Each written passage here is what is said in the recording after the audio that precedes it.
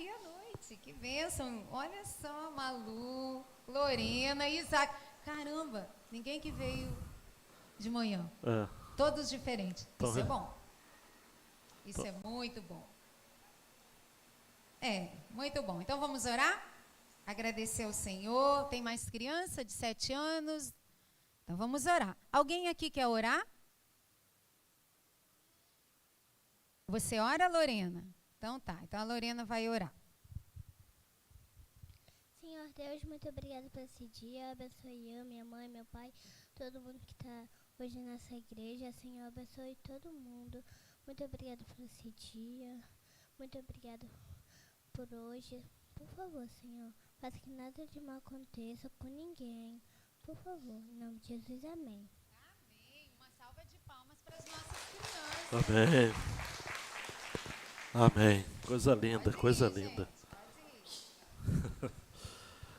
Evangelho de João, capítulo 20. Pode soltar a tela, João, por favor.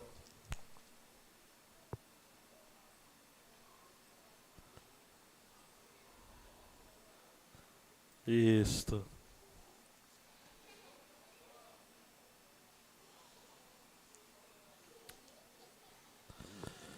É incrível, amados, como que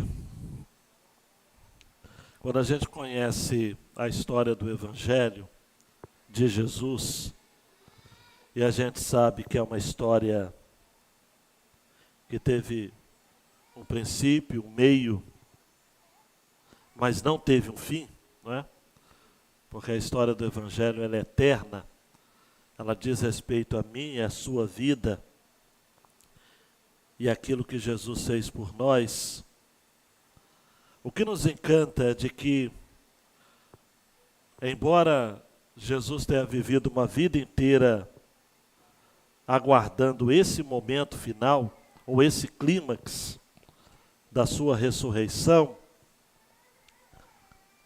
isso chamou a atenção dos discípulos. Eu fiquei durante a semana revendo, presta atenção aqui, os meninos lá em cima, todos, acerca dessa mensagem da ressurreição, que era algo que o próprio Senhor Jesus já havia anunciado desde o início, mas que parece que, não sei, eles foram pegos de surpresa. Aparentemente de surpresa. Todos ficaram meio que sem compreender o que estava acontecendo. Posso dizer de que a ressurreição acabou dando um nó na cabeça dos discípulos. E esse texto que vamos ler agora detidamente é de todos os relatos da ressurreição, o que trabalha com alguns detalhes muito interessantes, porque alterna esse olhar, esse ver e esse crer. Maria Madalena, Pedro e João são os de destaque aqui. Embora por ocasião da ressurreição, haviam outros, sobretudo outras mulheres também, nesse cenário. Mas João foca nesses e se inclui no relato, se utilizando na terceira pessoa, né? O discípulo, ele. O outro discípulo, referindo-se a si mesmo.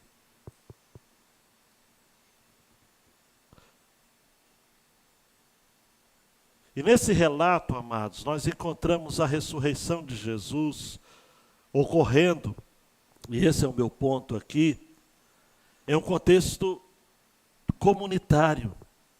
Ele ressuscitou, e isso avivou, incentivou, motivou a fé de um grupo de pessoas.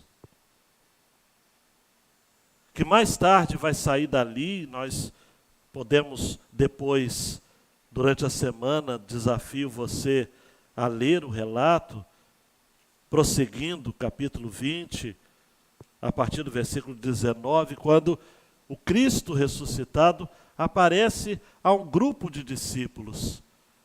Encontra-os amedrontados, assustados, e diz a estes: paz seja convosco. Isso dá a eles um poder tão grande que João registra, ainda no capítulo 20, acerca de algo que tem sido alvo aí de algumas interpelações. No versículo 22, quando Jesus sopra nos discípulos, dizendo: olha, recebam o Espírito Santo. Há alguns que até se utilizam desse texto para sair por aí soprando nas pessoas e elas caem, em alguns encontros aí isso tem acontecido em total descompasso com o propósito dessa passagem. Porque Jesus o fez aqui, algo que nós poderíamos chamar de preparação para o Pentecostes, onde em Atos 2, como que de um vento impetuoso, reunindo pessoas de vários lugares do mundo, desceu sobre aquele lugar, marcando um novo tempo para a história da igreja de Jesus. Eu entendo que o que Jesus está fazendo aqui é preparando os discípulos para dias mais difíceis. E esse é um outro ponto que eu quero me apegar nesta noite. A ressurreição de Jesus não significa aquele jargãozinho que a gente gosta de nos enganarmos com ele. Tudo vai melhorar. Tudo vai dar certo. Não, não. A ressurreição de Jesus é sinal e é evidência, é mensagem de que, olha, se preparem, porque vocês vão passar por duras provas, por duras perseguições, mas continuem crendo, continuem firmes, creiam na ressurreição. Ao crermos na ressurreição, e a Páscoa dá essa mensagem para a gente, na perspectiva cristã, obviamente, é de que, poxa vida, era o fim, mas não era o fim. Parecia o fim, mas não era. Eu compartilhei aqui pela manhã uma historieta, né, uma história ficcional de José de Arimateia e Pôncio Pilatos. É uma ficção, né? Pilatos chega para José de Arimateia e diz assim: olha, eu não entendo você. Você tem um túmulo novo e está doando ele para um tal de Jesus? E José de Arimateia teria dito assim: é só para um fim de semana. É só por um fim de semana. Ele ressuscitou, amados. Ele ressuscitou. Abra sua Bíblia, vamos acompanhar o texto aqui. A leitura dos versos de 1 a 10 de João, capítulo 20. No primeiro dia da semana, de madrugada, quando ainda estava escuro, Maria Madalena foi ao túmulo e viu que a pedra da entrada tinha sido removida. Então correu e foi até onde estavam Simão Pedro e outro discípulo, a quem Jesus amava, e disse-lhes: tiraram o Senhor do túmulo e não sabemos onde o colocaram. Com isso, Pedro e o outro discípulo saíram e foram até o túmulo. Ambos corriam juntos, mas o outro discípulo correu mais depressa do que Pedro e chegou primeiro ao túmulo. E abaixando-se viu os lençóis de linho, mas não entrou.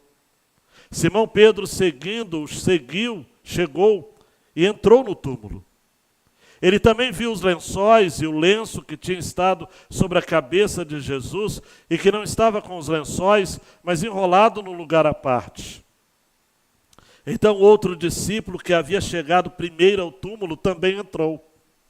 Ele viu e creu, pois ainda não tinham compreendido a Escritura que era necessário que ele ressuscitasse dentre os mortos. E os discípulos voltaram outra vez para casa. Deus, por favor, mais uma vez eu peço, capture os nossos corações para entendermos a Tua palavra, em o nome de Jesus. Amém. João Marcos, a grande ideia desta passagem é nesta frase: cremos na ressurreição de Jesus e isso nos basta para enchermos nosso coração de fé em nosso futuro. É a ressurreição de Jesus que nos enche, então, dessa esperança de que, a despeito das provas, amados, nós estamos diante de algumas evidências. Primeiro, versos 1 a 7, nós temos uma constatação arrebatadora. O túmulo de Jesus estava vazio. E dos versos 8 a 10, nós temos a maior evidência da ressurreição, que é o fato de alguém ter visto e crido. Quando lemos, queridão e queridona, a respeito da morte e ressurreição de Jesus a partir do relato de João, Gabriel, Luiz Gustavo, o dramático está consumado não queria dizer que tudo aquilo que estava relacionado ao fato do Filho do Homem ter se levantado da terra e atraído todos para si, de que a missão de Jesus estava cumprida, acabada. Nós não podemos nos esquecer de que a morte foi de fato importante, mas aquilo que sucedeu à morte seria o clímax, a ressurreição de Jesus. É fato, queridão e queridona, de que a obediência perfeita de Jesus e a vontade do Pai se uniram no episódio da cruz, naquela conjuntura decisiva dos brados da cruz, para usar uma expressão de Arturo Acton Pink, que foram as frases que Jesus havia dito, registradas por Mateus, por Marcos, por Lucas, por João. Entendemos também, à luz de João capítulo 19, 36 e 37, de que tudo aquilo que estava se cumprindo até então, todos aqueles eventos foram para cumprir as Escrituras. Mas nós não podemos de maneira alguma duvidar, ou questionar, ou olvidar, desconsiderar que a ressurreição de Jesus foi o verdadeiro cumprimento das promessas de Deus. O comentarista bíblico D.A. Carson vai dizer de que para o Evangelho de João, e para João em especial, nada poderia ser mais desastroso do que alguém como um de nós aqui nesta noite considerarmos a cruz sem conexão com a ressurreição. Como Mel Gibson fez com o filme excelente Paixão de Cristo, em que ele coloca 2 horas narrando a paixão e 2 segundos falando da ressurreição. Como o filme, obviamente, deu certo, porque foi o que nos chamou a atenção durante toda a exibição cinematográfica. Mas no que diz respeito à nossa fé, amados, os 2 segundos da ressurreição valem muito mais do que as 2 horas do filme que narra o suplício de Jesus. A cruz foi a via que Jesus tomou para voltar ao Pai. Mas a glorificação máxima foi realizada por meio da sua ressurreição. Foi por conta da ressurreição de Jesus que os primeiros cristãos amados fundamentaram a sua fé. Eles testemunharam a respeito da ressurreição. O centro, usando uma expressão clássica entre os comentaristas bíblicos, o querigma, o centro da mensagem apostólica foi a ressurreição de Jesus. A vida deles havia sido transformada, porque eles haviam sido testemunhas, e Paulo vai dizer em sua primeira carta aos Coríntios, de que o Cristo ressuscitado apareceu para mais de 500 pessoas. Não adianta, amados. A mais elevada fé que os discípulos tinham fundamentava-se no fato de que a ressurreição de Jesus, mais do que uma doutrina, era uma realidade histórica. E João não estava sozinho nesse pensamento. Paulo vai escrever mais tarde: se Cristo não ressuscitou, é inútil a nossa pregação, como também é inútil a fé que vocês têm. Se Cristo não ressuscitou, inútil é a fé que vocês têm. 1 Coríntios 15, 14 a 17, essa mensagem completa. João Marcos, a constatação arrebatadora que nós precisamos tomar, amados e amadas, neste domingo: o túmulo de Jesus estava vazio. Maria Madalena estava lá. O texto vai dizer de que no primeiro dia da semana, era domingo, de madrugada, entre 3 a 6 horas da manhã, Maria Madalena foi ao túmulo. Ela foi ao túmulo nesse horário e depois retornou em uma outra ocasião, ainda na manhã de domingo. Ela vê que a pedra da entrada tinha sido removida. Aquela pedra selada com a marca do governo, do imperador. Homens guardavam, guarnição de 14 a 17 soldados, passaram a noite ali. Mas o imponderável aconteceu. A pedra que envolvia o túmulo, que cobria o túmulo, tinha sido removida. Maria Madalena fica assustada, não procura considerar nenhuma possibilidade. Diz o versículo 2 que ela correu, foi até onde estava Simão Pedro, o outro discípulo a quem Jesus amava, essa expressão relacionada a João, que ele dá a si mesmo. E Maria Madalena diz então: tiraram o Senhor do túmulo. E nós não sabemos onde o colocaram. Onde está Jesus? Ela foi ao túmulo, amados. Foi ao túmulo para lavar o corpo de Jesus com suas lágrimas. Foi ao túmulo, quem sabe, para uma das suas derradeiras homenagens. Ela estava disposta a ungir o corpo de Jesus com seu choro. E com o bálsamo também que ela tinha preparado com tanto cuidado. Por mais amados e amadas de que um sepulcro não seja um lugar para onde as pessoas desejam fazer visitas, ela estava ali. Ainda muito escuro, ela estava ali. Logo de início, a principal suspeita foi de que o corpo de Jesus havia sido alvo de um roubo. Ladrões de corpos. Infelizmente, era muito comum nesta época. O imperador Cláudio, por exemplo, ordenou num edito, num mandato, de que haveria pena de morte, ou pena de morte deveria ser dada, aplicada àqueles que destruíam túmulos, removiam cadáveres, ou até deslocavam as pedras que fechavam a entrada dos túmulos. O que dá a entender de que era algo comum. Se o próprio imperador já havia feito questão de registrar isso e de fazer esse edito, é porque era muito comum. Por isso, de imediato, Maria Madalena disse: olha, tiraram o Senhor do túmulo e não sabemos onde o colocaram. Coração mais apertado ainda.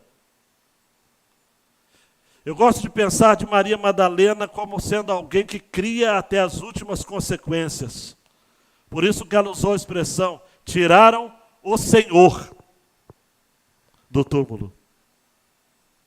Ah, Maria Madalena, aquela de quem Jesus havia tirado 7 demônios, aquela que ajudou o ministério de Jesus durante todo o seu tempo aqui na terra, aquela que seguiu a Jesus até o final do seu ministério, alguém que estava junto dele, inclusive quando ele foi crucificado, alguém que fez questão de observar o local onde o corpo de Jesus havia sido posto,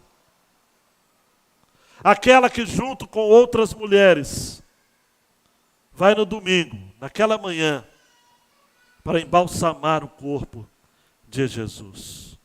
Ela corre para avisar a Pedro, corre para avisar a João, corre para compartilhar desta notícia. Algo estranho havia acontecido.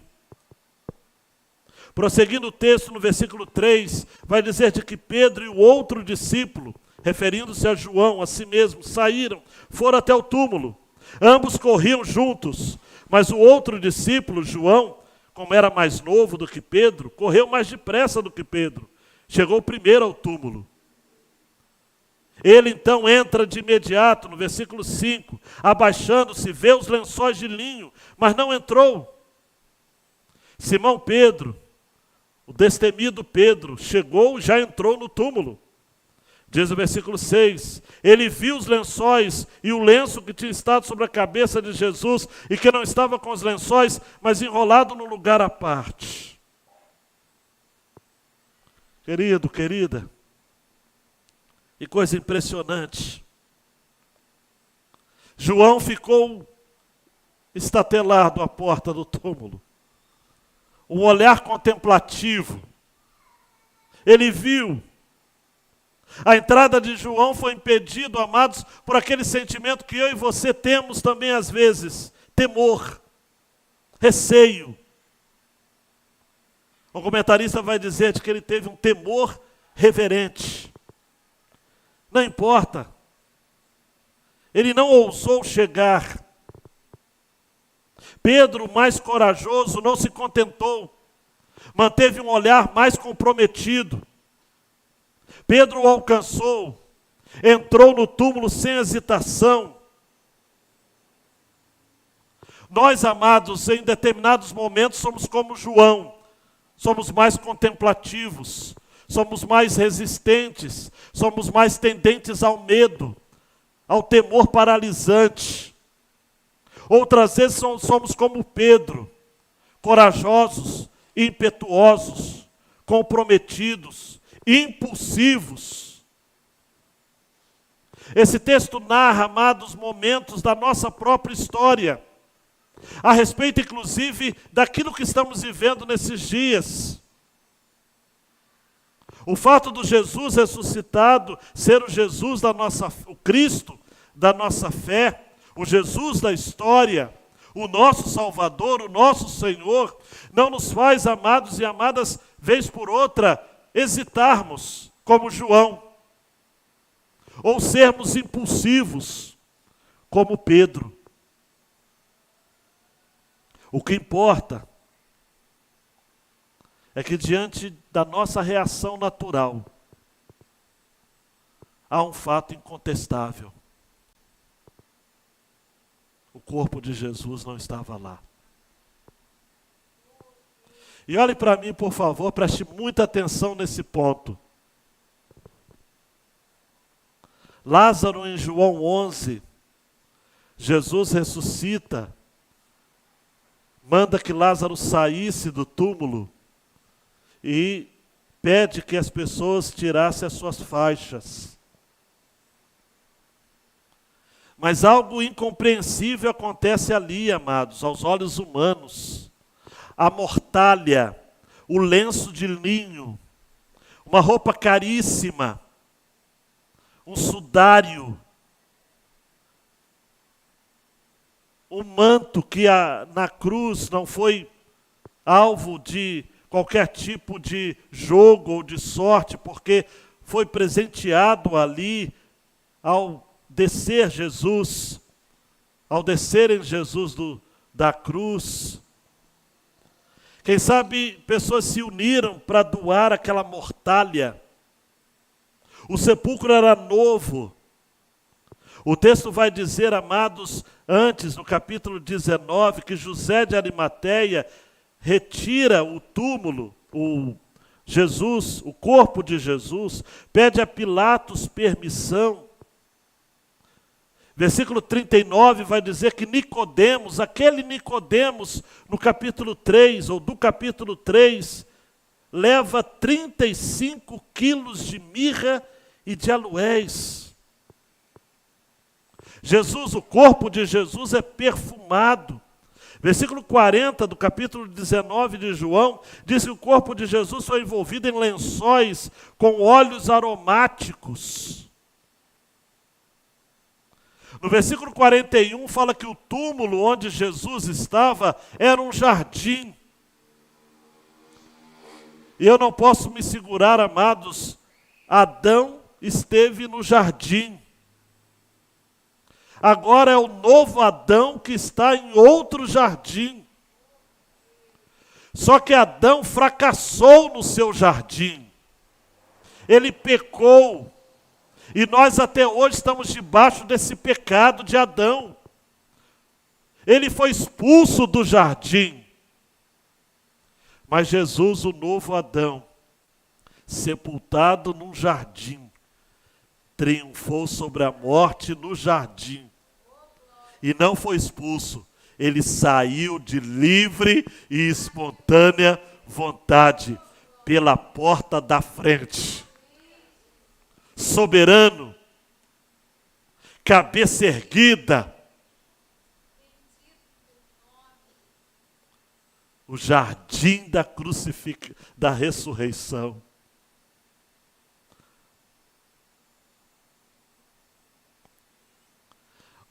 Há uns detalhes assim muito interessantes, porque quem iria roubar o corpo e iria deixar lençóis finos, caríssimos para trás? Quem? Não havia marcas, não havia pegadas, não havia sinais, nem de arrombamento. Aquela grande pedra havia sido removida. O corpo de Jesus, amados, evaporou no meio dos lençóis, no meio da mortalha. E tudo estava rigorosamente organizado. A língua grega vai dizer que Jesus ressuscitou, deixando os seus lençóis no seu lugar original. Até o lenço estava enrolado, colocado em lugar à parte. Eu temo e tremo, amados, ao dizer isso para vocês, mas Jesus entrou no reino de Satanás, no reino da morte, e saiu vencedor, eternamente. Pedro vai dizer de que ele esteve no Hades e retornou. Era impossível para Jesus ficar preso na morte. Jesus saiu vencendo a morte para sempre. E só para fechar o paralelo com Lázaro, Lázaro ressuscitou, mas morreu novamente. Mas Jesus ressuscitou para jamais morrer. Jamais.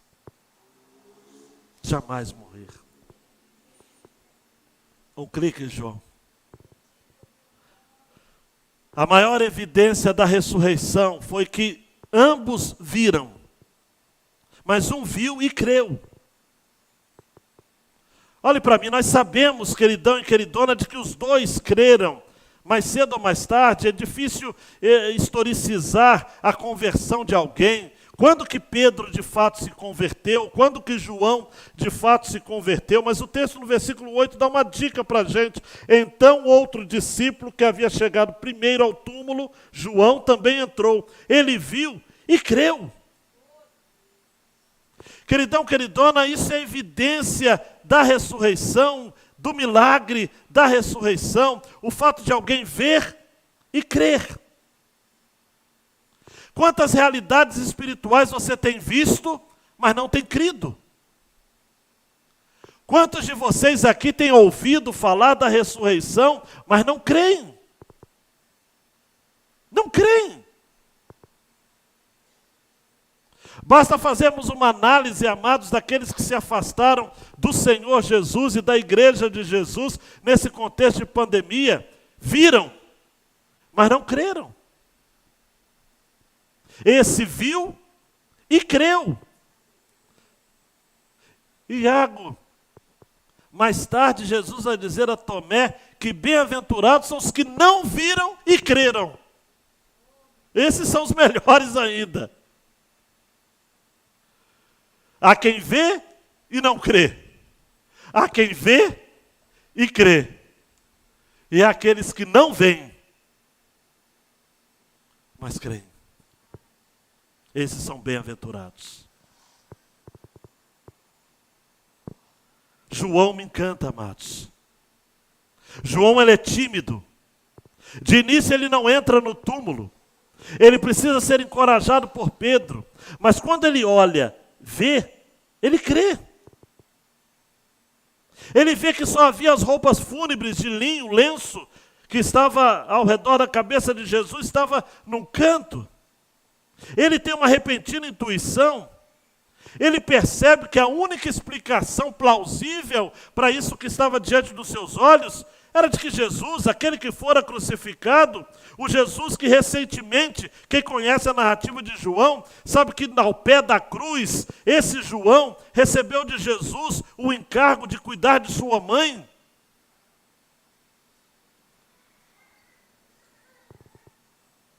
Ele havia ressuscitado. Ele viu e creu.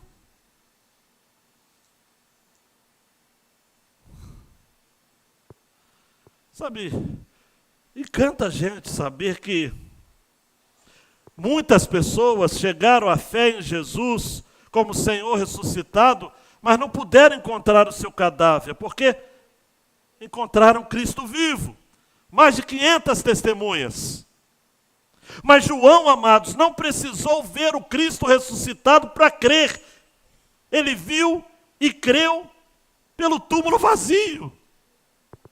A fé dele é muito mais extraordinária, porque os outros viram Jesus ressuscitado e creram. João não viu Cristo ressuscitado nesse episódio. Ele viu o túmulo vazio. E creu. Pedro teve visão. João teve discernimento. Ele viu e creu. Ele viu com os olhos da fé. Ele não viu com os olhos da visão física. Ele compreendeu. O Espírito Santo plantou a semente da fé no seu coração.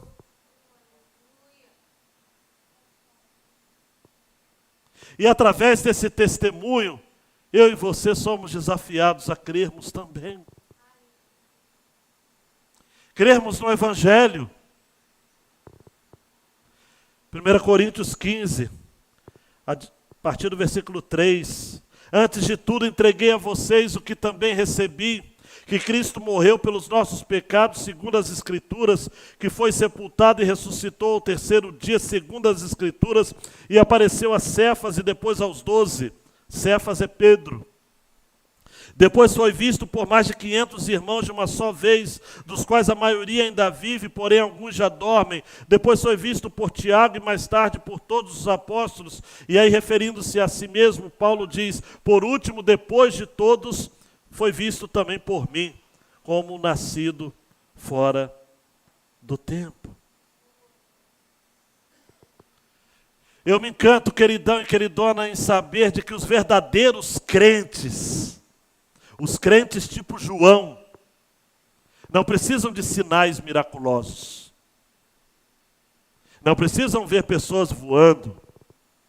Não precisam ver milagres acontecendo.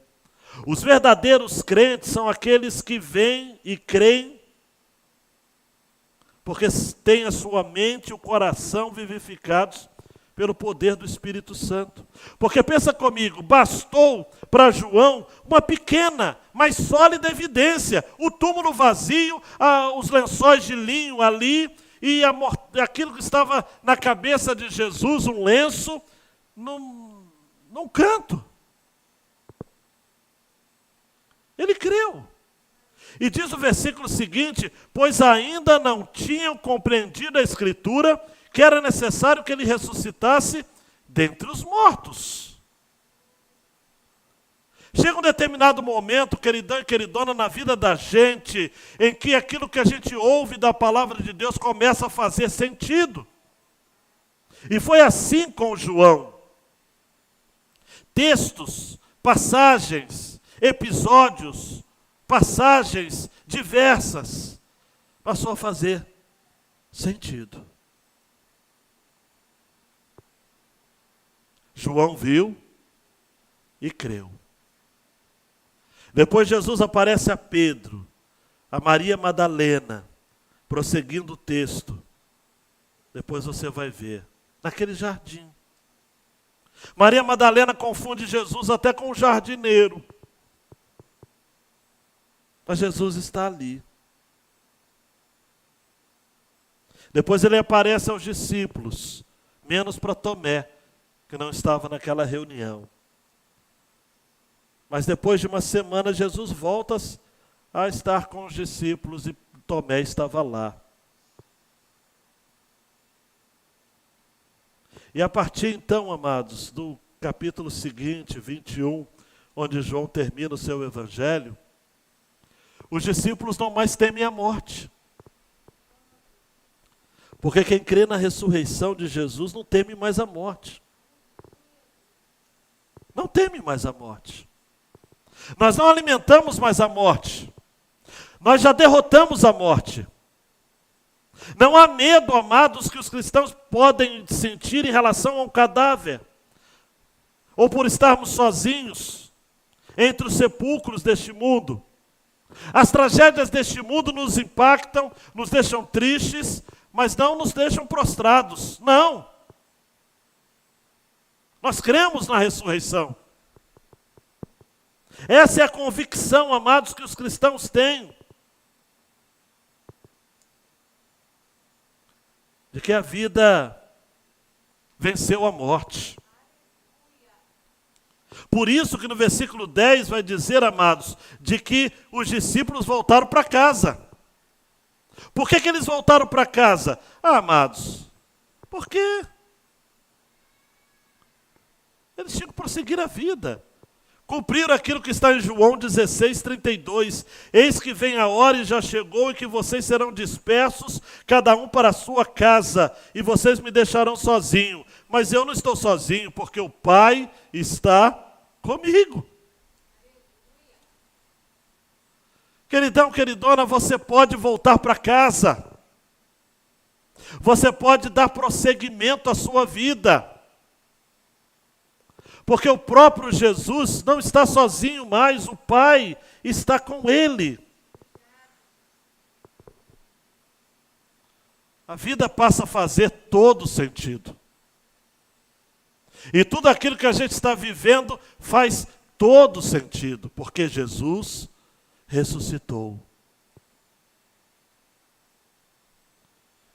Eu fico olhando e percebendo cristãos tão cansados, tão sobrecarregados, tão angustiados, tão temerosos, tão ansiosos, tão amedrontados, tão perturbados. Dá vontade de dizer para eles: volta para casa. Volta para casa. Prossegue a sua vida. Volte a viver. Volte a sonhar. Tenha um objetivo na vida. É aquilo que a gente conversa com os nossos jovens, né? Tenha um objetivo na vida. Não tenham medo.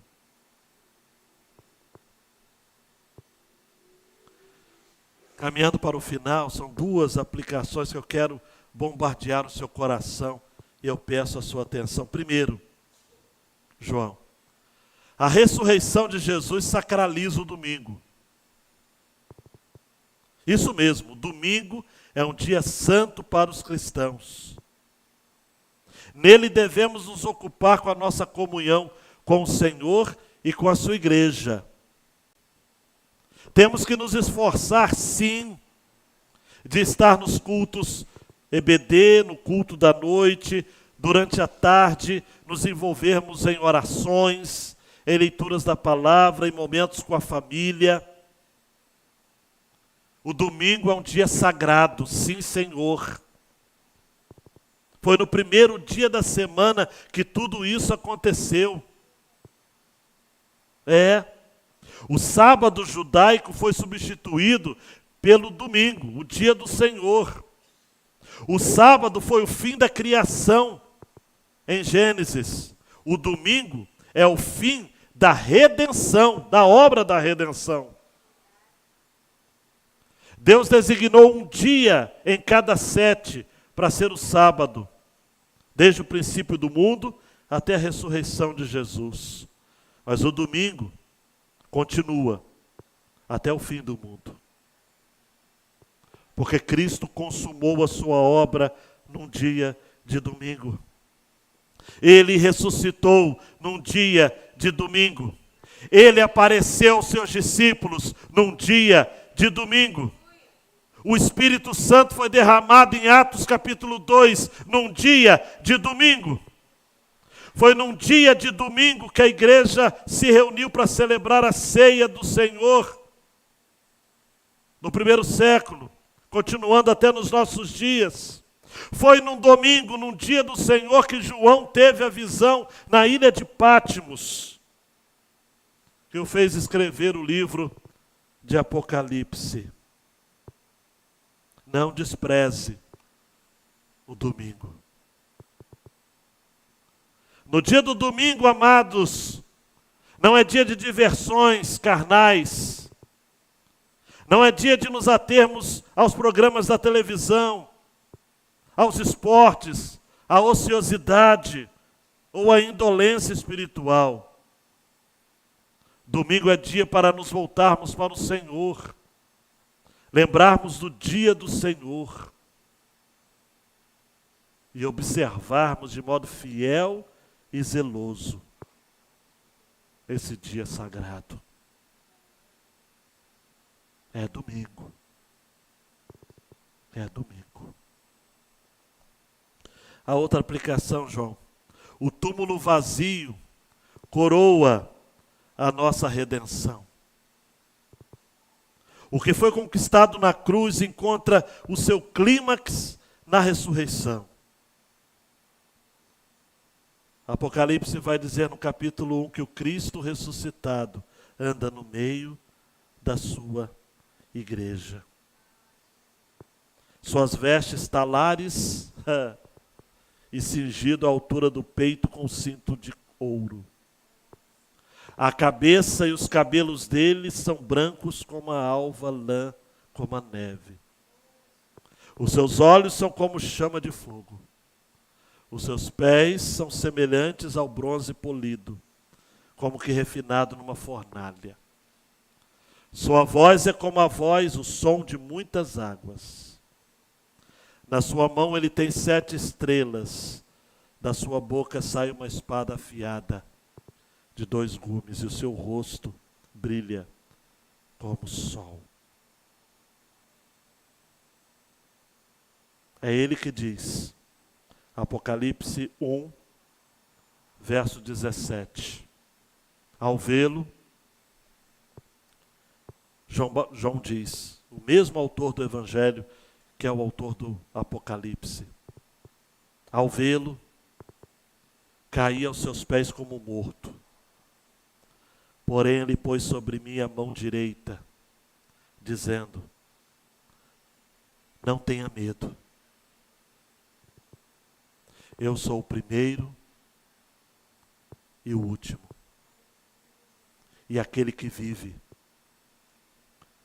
Estive morto, mas eis que eu estou vivo para todo sempre, e tenho as chaves da morte e do inferno.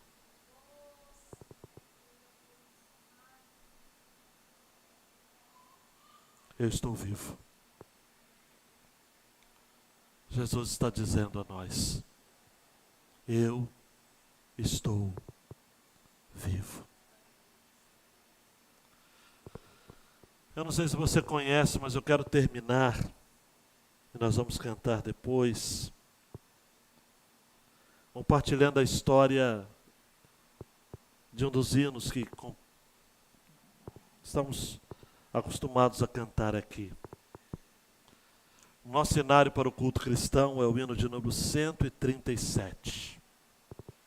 Porque vivo está. O amanhã enfrento. Porque vivo está, não temerei. Porque eu sei que é dele o meu futuro. E a vida vale a pena, porque ele vive está. João, dando um clique, essa é a foto da época de William e Glória. Era o ano de 1971. Esse casal de músicos está vivendo um momento delicado na vida. Era uma época difícil, um período complicado. Por ocasião da Páscoa, eles meditavam no texto de João 14, 19, que diz assim: mais um pouco e o mundo não me verá mais. Vocês, no entanto, me verão, porque eu vivo, vocês também viverão. Bill fazia faculdade, tinha um trio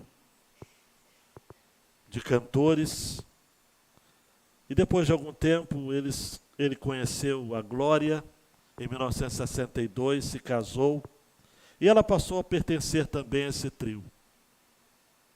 Em 1967, Bill parou de lecionar. Ele não conseguia mais lidar com a sua carreira de professor, compositor.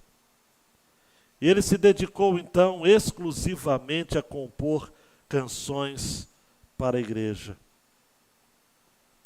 Glória dava aulas nessa mesma escola, ela de francês, ele de inglês, e foram parceiros de várias composições. A mais famosa delas, a que conhecemos de Por que Ele Vive, que no original inglês é chamada de Ressurreição apenas. Como eu disse, era 1971. Glória estava grávida do terceiro filho do casal. E Bill sofria de uma doença grave, monoclerose, se não me engano. Os Estados Unidos estavam vivendo uma grande ebulição política. Era uma atmosfera muito incômoda, muito desfavorável para se trazer uma criança para o mundo. O casal estava extremamente apreensivo. E para prejudicar ainda mais, o mercado musical também estava embaixo. De repente, Bill e Glória usam a fé e a confiança para escrever esta canção. com problemas na igreja que eles eram membros, Bill se recuperando dessa doença, a apreensão da glória sobre o mundo em que eles estavam trazendo aquela criança. Eles começaram a pensar e a dizer: porque Cristo vive, podemos encarar o amanhã. O Espírito Santo, amados, veio a eles durante o período de composição, mesmo segundo Glória tendo sido um momento ruim para trazer uma criança ao mundo. Por isso que o Inário para o Culto Cristão resgatou a segunda estrofe. Os nossos irmãos da harpa, que usam a harpa cristã, não têm essa estrofe, que é a essência para se conhecer a história do hino. Que belo é um bebezinho, e que prazer um filho dá.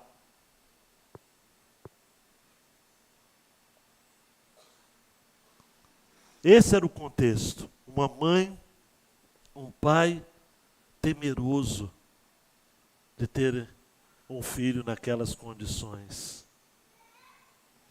Mas eles tiveram certeza de que Deus estava com eles, porque era mentira o fato que se ensinava nesse tempo que Deus estava morto. Não. Ele ressuscitou. Nasce então um menininho chamado Benjamim. E no original em inglês, a estrofe central diz assim, uma tradução no original: que doce é segurar o nosso bebê recém-nascido e sentir o orgulho e a alegria que ele nos dá. Mas maior calma vem-nos na certeza que esta criança pode enfrentar dias incertos, porque ele vive. Eu não sei, queridão, queridona, os dias difíceis que vocês ainda viverão.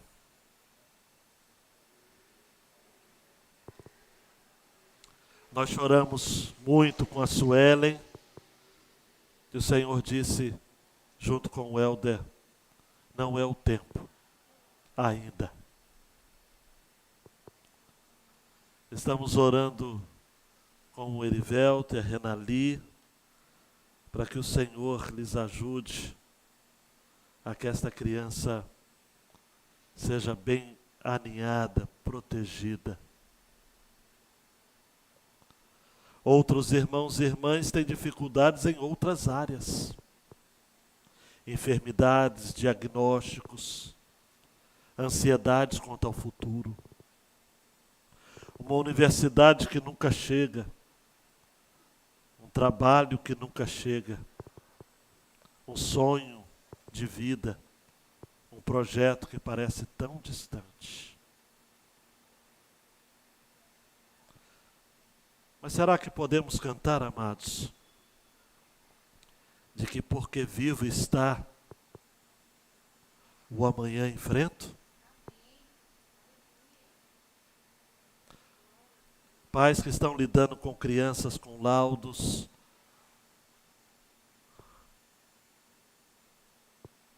esposos, esposas lidando com vícios de cônjuges, de filhos, de netos. Não está fácil não, gente. Rebeldia de quem a gente cria com tanto carinho, com tanto amor, e de repente olha para a gente e fala, vocês são culpados da minha infelicidade.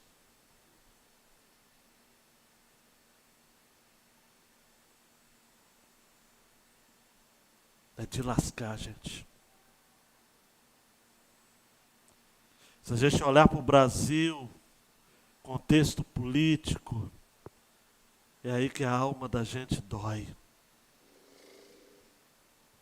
Somos perturbados, amados, por um pessimismo que parece que é a única alternativa que temos. Porque não há esperança nesse mundo. E não há mesmo. Mas porque vivo está, o amanhã enfrento. Dá para voltar para casa crendo que em o túmulo estando vazio, isso é sinal de que nós vamos vencer também as adversidades que vamos enfrentar no caminho. As dores, as lutas, as decepções. Eu me decepciono também. Eu me angustio também com a negligência, com a indolência de tantos. E com a incredulidade do meu coração que insiste em me ter, mesmo quando eu não desejo mais ter.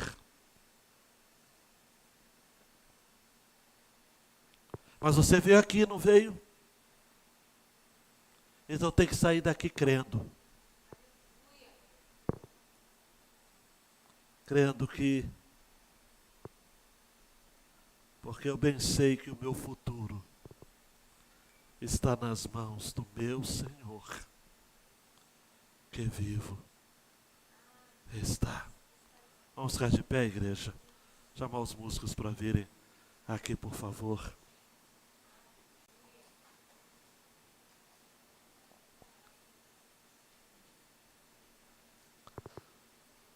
Eu quero apelar ao seu coração, queridão e queridona.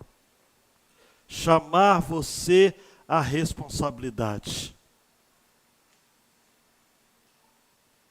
É sério. Os dias são maus. As provas são reídas. A decepção está a cada esquina. Não está fácil não, gente. Nós não sabemos o que vamos enfrentar amanhã. Mateus, Erivelto, Alexandre, não sei. Lucinéia, Ana de Janier, Priscila, Ademir. Nós não sabemos.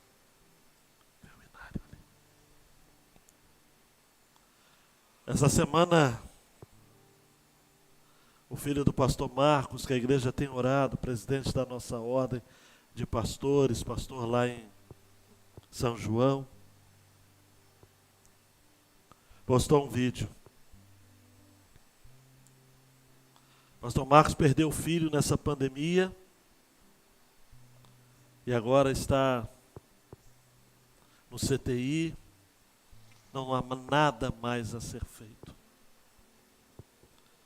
E o filho dele, Rafael, postou um vídeo que o pai, pastor Marcos, enviou para o filho que faleceu, o Aminon. E no vídeo o pastor Marcos diz: fica calmo, meu filho, porque são nas aflições que nós experimentamos aquilo que nós cremos a respeito da palavra de Deus. Receba essa palavra. Jesus disse, certa feita, isso. O que você está vendo e ouvindo hoje, talvez você não entenda. Mas amanhã você vai entender. Eu creio nisso. 137, João Marcos. Solta em tela. Vamos cantar essa belíssima canção de William e de Glória Keiter, cuja história, pelo menos no momento que eles estavam vivendo na composição, eu compartilhei com vocês nessa mensagem.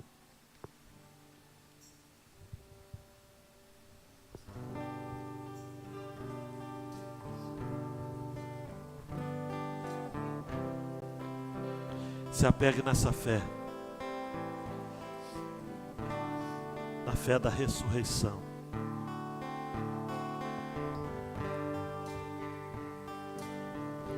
Deus enviou Jesus, seu Filho, e seu amor perdão nos dá. Na cruz morreu por meus pecados, mas ressurgiu e vivo com o Pai está. Canta forte, igreja, vamos lá? Porque vive está. O que vai acontecer amanhã? Só Deus sabe. Mas creia. Aquele diagnóstico, aquele laudo, aquela dor, aquela luta, aquela prova, aquela tentação,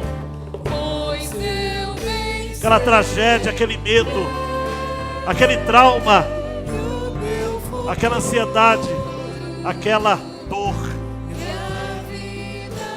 aquela dúvida. Para os papais e mamães aqui, vamos lá? Que belo é.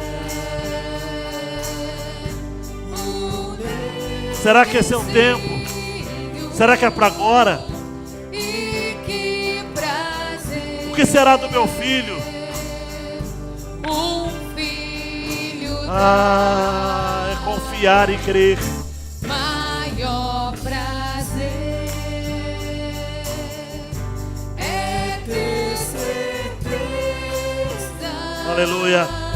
De um feliz futuro Cristo vive. Canta, igreja. Aquela prova, aquele concurso, aquela vaga de emprego, aquela entrevista,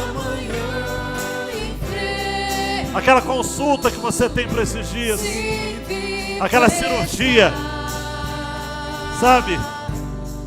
Aquele pecado confessado que você precisa deixar. Você crê? E tudo vai valer a pena. Ele faz tudo. Ele faz tudo valer a pena. Tudo. Aí olhamos para a nossa história e dizemos: um dia vamos nos encontrar com os nossos irmãos, nossas irmãs. Aleluia. Vencer a morte sem temor. Aleluia. Morrer pra mim. Não tenha medo da morte. Jesus matou a morte. Ele ressuscitou. Verei a glória de Jesus, meu Salvador. Bem forte para terminar a igreja. Vivo está, Porque vive está o amanhã enfrento, sem vive está, não temerei. Igreja, banhe-se na fé em Cristo. Eu sei.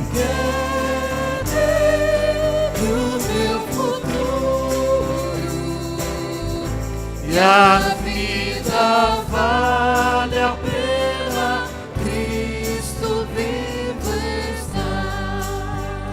Deus, é essa a certeza da tua igreja. A tua igreja vai sair daqui crendo nisso. Sua igreja foi batizada na fé, no amor, na esperança. De saber, ó Pai, que nós cremos contra a esperança, para usar a expressão de Paulo preciosa. Nós cremos a despeito das evidências contrárias. Somos como João, Não precisamos ver o Cristo ressuscitado para crermos, porque o túmulo está vazio. Ele ressuscitou. E sabemos que, a despeito deste mundo tão caótico, este mundo tão mau, essa insegurança plena que vivemos, esse medo constante, essa dor, essa insegurança, essa decepção, como é duro sofrer decepção, traição. O nosso coração não pode ser cheio de qualquer outro sentimento do que na fé de que o Senhor sabe o que está fazendo. Cremos nisso e recebemos a tua palavra no nosso coração e o fazemos em nome do Senhor Jesus. Amém. Aleluia. E amém. Se assente, queridão e queridona, e creia, meu querido, e creia, minha querida, que Ele está vivo e nós viveremos também.